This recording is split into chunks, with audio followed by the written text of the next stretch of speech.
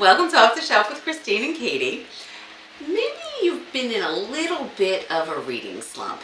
A quick read could be perfect to get you out of it. Perhaps you just prefer shorter books, or maybe collections of short stories are your thing. Whatever the reason, we've got some book picks for you. Many of these titles can even be read in one single day. So if you're looking to finish things off for your TBR this year, this is a good way to get started. Yes. All right. So as always, settle in, grab a cup of your favorite beverage, and enjoy these recommendations. Feel free to read them now or add them to your TBR for the future. And obviously, always let us know in the comments what you think of these picks if you have any below to add. Trust me, we always want more. If you wish to be notified of any new videos, be sure to like and subscribe below. But for now, we're going to get to those books. And Katie, why don't you get us started? Sure. Okay, and the first one we want to mention is one we've loved. We've mentioned before, but I'm sure we'll mention it tons of times again, is Before the Coffee Gets Cold by Toshikazu Kawaguchi. And it is a series of short stories, but is about Before the Coffee Gets Cold. Is a series of short stories of characters who visit the cafe and decide to go back in time or to the future to visit their loved ones. Each story is very well written and heartwarming. If you're looking for a comfort read, look no further. It's truly one of my favorite books of last year, so I can never stop recommending this one. And another one that I have grown up with, I have loved, is The Little Prince by Antoine de Saint-Exupéry. It is about an aviator whose plane is forced down in the Sahara Desert, encounters a little prince from the small planet who relates his adventures in seeking the secret of what is most important in life. He's an adorable kid. This book is both written and illustrated by the author and inspired by true events. Nice. All right. Next up, we have The Alchemist by Paulo Coelho. This is a mystical story of Santiago, an Andalusian shepherd boy who yearns to travel in search of worldly treasure. His quest will lead him to riches far, far different and far more satisfying than those he ever imagined. I love this book so much.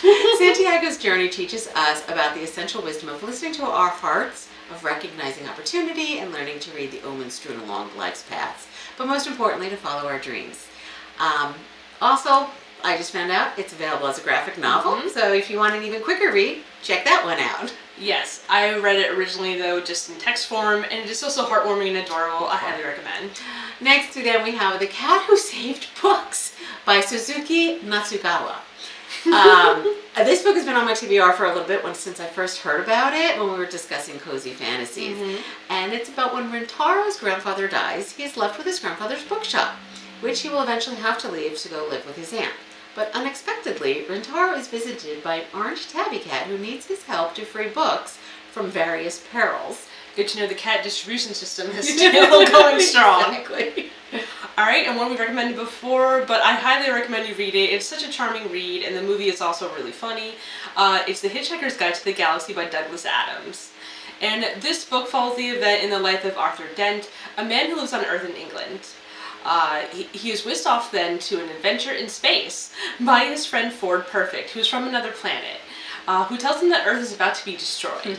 This tale also has a lighthearted, humorous side and has inspired Towel Day, if you know, you know, on May 25th, which is the annual celebration of Douglas Adams and all of his works.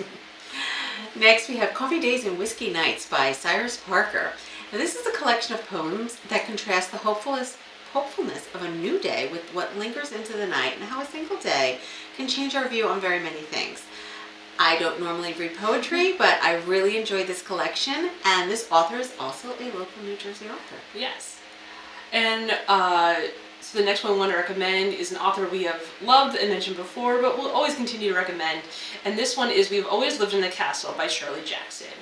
And it is the story of 3 survivors of a poisoning accident that killed off the entire Blackwood clan, except for his 2 youngest daughters and their deranged uncle. I love him though. It is a deliciously unsettling novel about a perverse, isolated, and possibly murderous family, and the struggle that ensues when outside forces disrupt their delicate balance of life. It is a great story though, and Shirley Jackson is master of gothic horror. So we have another pick by Shirley Jackson as well, The Haunting of Hill House. And this is the story of 4 seekers who arrive at a notoriously unfriendly house called Hill House. Dr. Montague, who's an occult scholar looking for solid evidence of a haunting, Theodora, his light-hearted assistant, Eleanor, a friendless, fragile young woman well acquainted with poltergeists, and Luke, the future heir of Hill House. who's just there. At first, their stay seems destined to be merely a spooky encounter with inexplicable phenomena. But Hill House is gathering its powers, and soon it will choose one of them to make its own. It's so good. The original movie is fantastic. Okay, and another one we recommend, similar theme I see we got going here, but The Woman in Black by Susan Hill. And it's about Arthur Kipps, a young solicitor, travels to the north of England to settle the estate of Alice Drablow, but unexpectedly encounters a series of sinister events. It's also a pretty scary movie as well. Next up, we have a series of books, the Wayward Children series by Sean and McGuire. This portal fantasy series, if you want to think along the lines of Alice in Wonderland and Narnia, introduces us to various children who find doors that transport them to other worlds.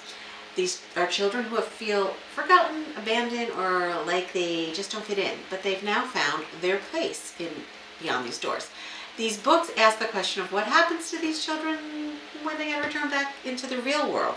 Luckily, there's a good support system for these returned children, which is Eleanor West's Home for Wayward Children. Each book talks about a different world and a different child, and so some of them can be like read standalone, but all of them are great, quick, short reads. I just want to say also they have the most beautiful covers I have ever seen. The pop one here, and I believe the next one has dinosaurs, and that cover is gorgeous. Next up, we have The Merry Spinster by Daniel Lavieri. This is a collection of darkly mischievous stories based on classic fairy tales. Each story twists the traditional children's story in the fairy tale with elements of psychological horror, emotional clarity, and a keen sense of feminist mischief. Thoroughly enjoying it in each little individual story. Nice.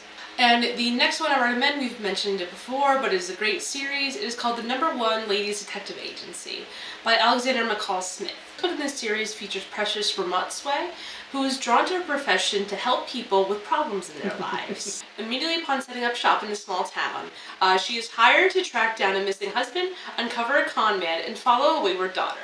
But the case that tugs at her heart and lands her in danger is a missing 11-year-old boy who may have been snatched by witch doctors.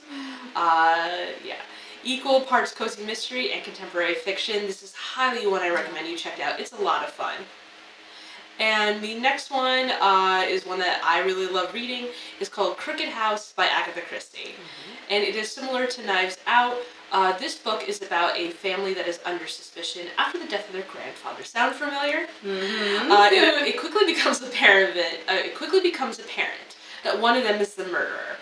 Each family member is fun in their own way, and it's clear Agatha Christie was having fun writing this. The twist was a surprise, and the whodunit was fun to solve. Truly a joy to read. And then my favorite Agatha Christie book is And Then There Were None. This book features 7 guests. A newly hired secretary, two staff are gathered at a manor house on an isolated island by an unknown absentee host and are being killed off one by one. They work together to determine who the killer is before it's too late. To me, this is the classic original closed door mystery. Yes, and we're reading this in December for the Mystery Book Club, and I highly can't wait. Yeah. Okay, and another mystery, speaking of, that we have mentioned before, but it is a really quick read. In the series, the rest of it is also very quick reads. It's The Hojin Murders by Seshi Yokomiso. So this tale concerns the wealthy, high class, and status-conscious Ishiyagami family.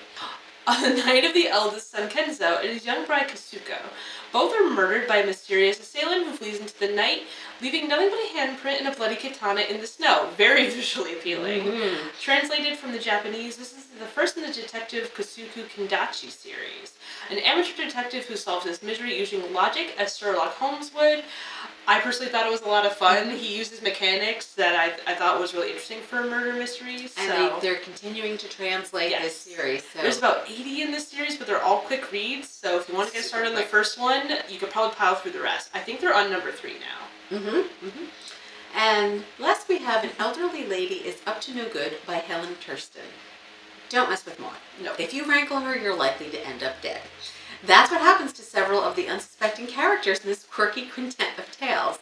Over the course of her adventures, or misadventures, this little bold lady will handle a crisis with a local celebrity who has her eyes on Maud's apartment. foil the engagement of her long-ago lover and dispose of some pesky neighbors. I don't want to live next to this lady. She seems like she would poison my This tea. is a really cute, it's a cute, short, quick book again. The tales are wonderful. Okay, so join us next when we recommend some supernatural reads that are perfect for the spooky season. We are ready. It is here. The best time is coming. Our favorite time of the year. But until then, happy reading. Take care. Take care.